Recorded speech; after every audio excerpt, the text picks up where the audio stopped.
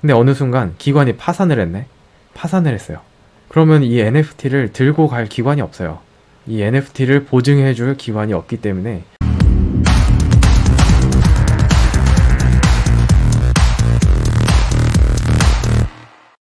자, 그러면 이어서 한번 실제로 이제 탈중앙화 됐다고 하는 그 NFT에 어떠한 값이 저장이 되는지 한번 살펴볼게요. 근데 비교를 위해서 이제 ERC721 이게 이제 대표적이거든요. 비교를 위해서 ERC20하고 한번 같이 확인을 해보겠습니다. 그러니까 이제 ERC20은 보통 코인이라고 부르는 것들에 해당이 되고 721는 이제 NFT의 대표적인 기록 양식입니다. 자, 이게 무슨 말이냐면 여기 이제 업비트거든요. 업비트에 보시면 지금 보라코인 정보 보시면 이제 블록조회 같은 데 들어가 보면 클레이튼 네트워크에 구현된 ERC20 표준을 지킨 소프트웨어입니다. 그리고 요거를 줄여서 부를 때는 보통 보라코인이에요 라고 얘기를 하죠. 그 다음에 위믹스도 클레이튼에 구현이 된 ERC20 표준을 준수하는 소프트웨어입니다. 근데 요거가 그 소프트웨어적으로 어떻게 구현이 되어 있는지 이제 확인을 해볼 텐데요. 자, 여기가 이제 오픈제플린이라고 해서 보통 그 코드를 이제 많이 복사 붙여넣기 해서 사용을 할 때 그 양식을 따올 때 많이 활용하는 GitHub 페이지거든요. 자, ERC20은 제가 미리 여기 켜놨고 ERC721는 여기다 켜놨습니다. 그래서 개략적인 면을 좀 살펴보자면 뭐 코드는 많은데 이거를 다 살펴볼 필요가 없고 과연 블록체인에 저장된 데이터는 무엇인가, 그게 제일 중요하다고 저는 생각을 하거든요.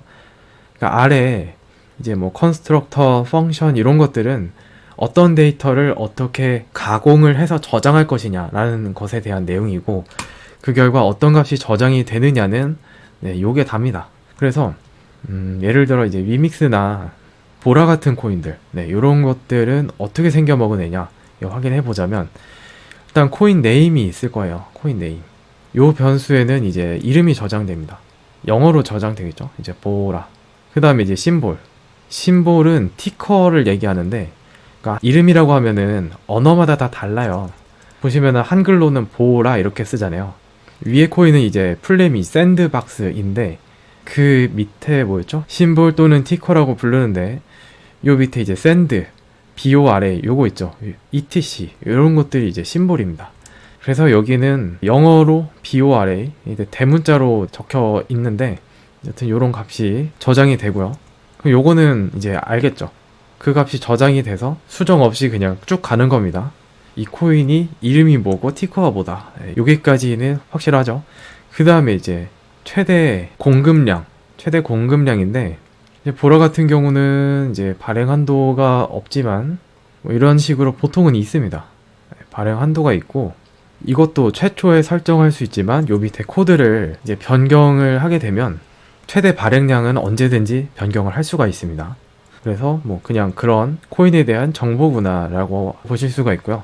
그 다음에 중요한 거는 이제 요거는 건너뛸게요. 권한에 대한 내용이어서 건너뛰고, 첫 번째 이게 다예요. 이게 뭐냐면 그 파이썬의 딕셔너리라고 하거나 혹은 웹에서는 제이슨 객체라는 거 이제 들어보셨을 거예요. 그거랑 유사하다고 보시면 됩니다. 뭐냐면 매핑이 되는 건데, 자 여기다가 좀 적어보자면, 그러니까 주소가 0x 이렇게 시작하거든요. 뭐 ABC, 뭐 주소가 ABC라고 칩시다. ABC에는 뭐 코인이 이제 100개가 저장이 되어 있다 라고 하는 정보를 이제 여기다가 저장하는 거죠. 실제 활용할 땐 이렇게 해요. 밸런스에 요 주소를 이렇게 입력을 하잖아요. 그러면은 얘가 확인을 해서 100개가 있습니다 라고 대답을 합니다. 이게 다예요. 실제로 헷갈리실 수 있는 부분이 그 이제 계정 같은데, 코인 계정을 이렇게 딱 열어보면은 무슨 코인 몇 개 가지고 있다 이렇게 표현을 하잖아요. 그러면은 이걸 가지고 이제 현물이라고도 표현을 하거든요. 왜냐면은 코인에도 이제 선물 개념이 있다 보니까 비교 상대적인 개념에서 현물이다 라고 표현을 하는데, 실제로 코인을 가지고 있는 게 아니라 블록체인이라고 하는 이 기록 매체에다가 누가 몇 개 가지고 있습니다 라는 정보를 저장을 하는 거예요. 그러니까 파이썬으로 치면은 변수 하나 선언해가지고 거기다가 이제 값을 넣는 거랑 똑같은 거죠. 그래서 이제 블록체인 상에 쭉 기록이 있을 텐데 가장 마지막 기록을 확인하거든요. 이 ABC가 가지고 있던 게 마지막으로 이제 100개였으면 확인해보니 ABC가 100개 가지고 있던데요 라고 답변을 받은 것을 이제 지갑 페이지라고 하는 그 화면에서 그냥 보여줄 뿐입니다. 실제 뭘 가지고 있는 게 아니라 장부에 기록된 요 기록을 열람시켜 주는 거거든요. 여튼 이런 식으로 구현이 돼 있어요. 근데 요거가 NFT도 똑같습니다. 개념이 똑같은데 다른 한 가지가 있다면 이게 이제 칠둘 하나입니다. 칠둘 하나 양식이고요. 한 가지 다른 게 있다면은 기존에는 주소를 입력을 했을 때 몇 개입니다. 이게 끝이잖아요. 근데 칠둘 하나도 이렇게 주소를 입력했을 때 몇 개입니다 라고 하는 정보가 있어요. 요 언더바 밸런스 있죠. 언더바 밸런스 똑같이 있습니다. 그래서 특정 계정이 어떠한 NFT를 몇 개나 가지고 있다라는 것을 확인할 수 있는 변수가 있는데 뭐 간단하게 요거부터 말씀드리자면 그 칠둘 하나를 구현을 한 소프트웨어가 많이 있습니다. 그러니까 대표적으로 이제 크립토키티라는 게 있어요. 크립토키티. 그러면은 이제 크립토키티라는 이름이 여기 저장이 되어 있고 크립토키티의 티커가 또 있을 거예요. 여튼 크립토키티라는 이름과 그 티커 ERC20이랑 똑같죠. 네임 심볼 똑같이 있고요.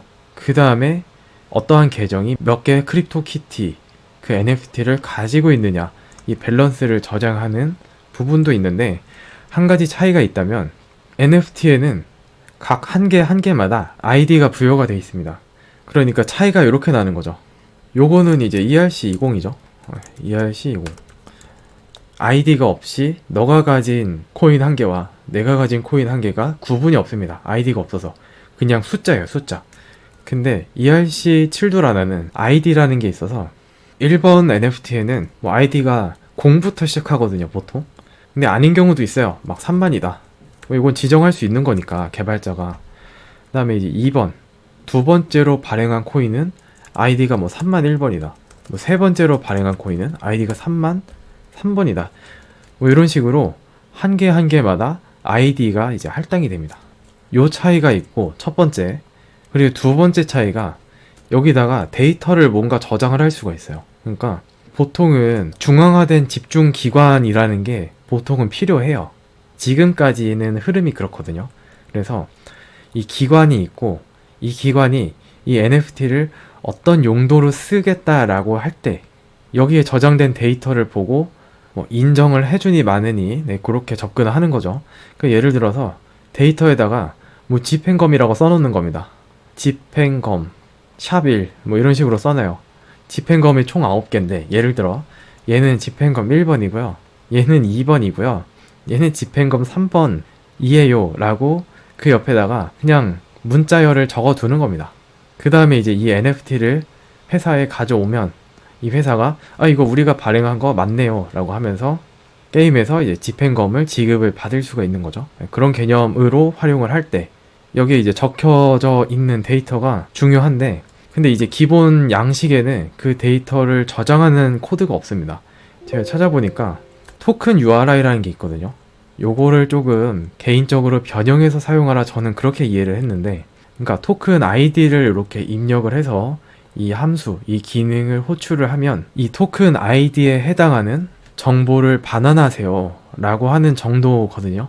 그래서 얼핏 생각하면은 이렇게 생각하실 수도 있어요. 그러니까 토큰 아이디가 중심이 돼서 오너가 이제 홀더가 누구인지 뭐 데이터가 무엇인지 뭐 아이디가 토큰 아이디가 무엇인지 해서 이렇게 한 세트로 스트럭트라 그러죠. 구조체로 구현이 되어 있으면 편할 것 같은데 이렇게 안 돼 있고요. 구조체도 아니에요. 심지어 토큰 URI는 이제 기본 설정에 그 데이터를 적는 부분은 기본적으로 구현이 안 되어 있고 좀 자율에 맡기고 있어서 이 상태로 코드를 그냥 복사 붙여넣기 해서 블록체인에 발행을 하면은 뭐 데이터 저장 부분은 사실 없어요. 그러니까 요거는 이제 별도로 구현을 해야 됩니다. 요만큼은 어떤 데이터를 저장을 할지는 자체적인 구현이 필요하고 그거 외에는 구조체로 되어 있는 게 아니라 ERC20에서 조금 더 이런 거 필요하겠는데 이런 식으로 구현이 되어 있거든요. 그러니까 아까 밸런스 보여드렸잖아요. 근데 그거 말고 요 위쪽에 보시면은 이런 식으로 활용을 해요. 그러니까 토큰 아이디를 입력을 하면 걔가 누구 거예요 라고 저장을 하고 있는 변수가 하나 있습니다. 그러니까 개발하는 입장에서는 얘도 신경 써야 되고 얘도 신경 써야 되는 거죠. 밸런스가 하나 줄었는데 오너에서 제거를 안 하면은 뭔가 버그가 있다. 네, 이렇게 생각을 할 수가 있고, 이 부분이 살짝 아쉽게 구현이 되어 있긴 하더라고요. 네, 구조체로 해가지고 토큰 아이디로 묶어서 그 밑에 오너, 토큰 아이디, 거기에 저장된 디스크립션, 설명, 이렇게 한 세트로 묶어서 변수 하나로 관리하면 딱 좋을 것 같은데, 그게 아니라 각계 변수로 이렇게 구현이 되어 있습니다. 여튼 이런 기술적인 이제 구현이 어떻게 되어 있는지 말씀을 드렸고, 다시 돌아와서 정리해서 다시 말씀을 드리면 NFT는 뭐다? 기록 양식입니다. 기록 양식.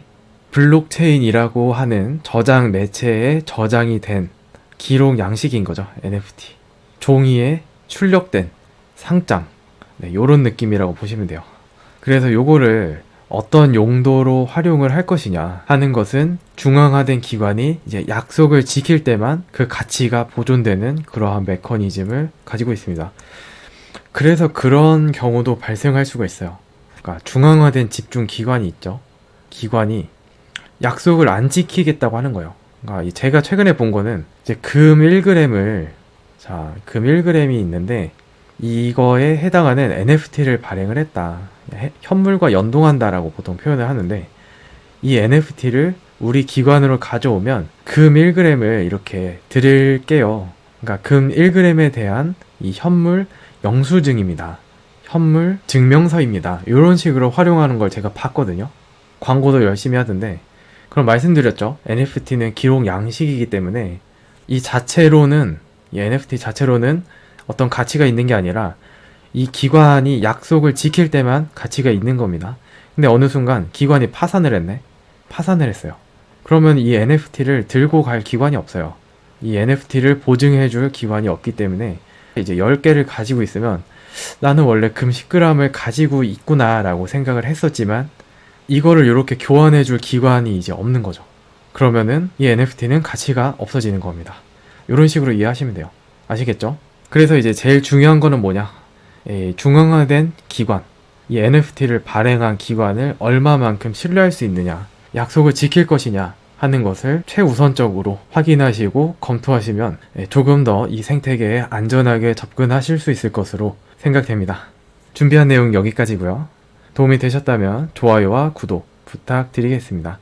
그러면 이번 시간은 여기서 마치겠습니다. 감사합니다.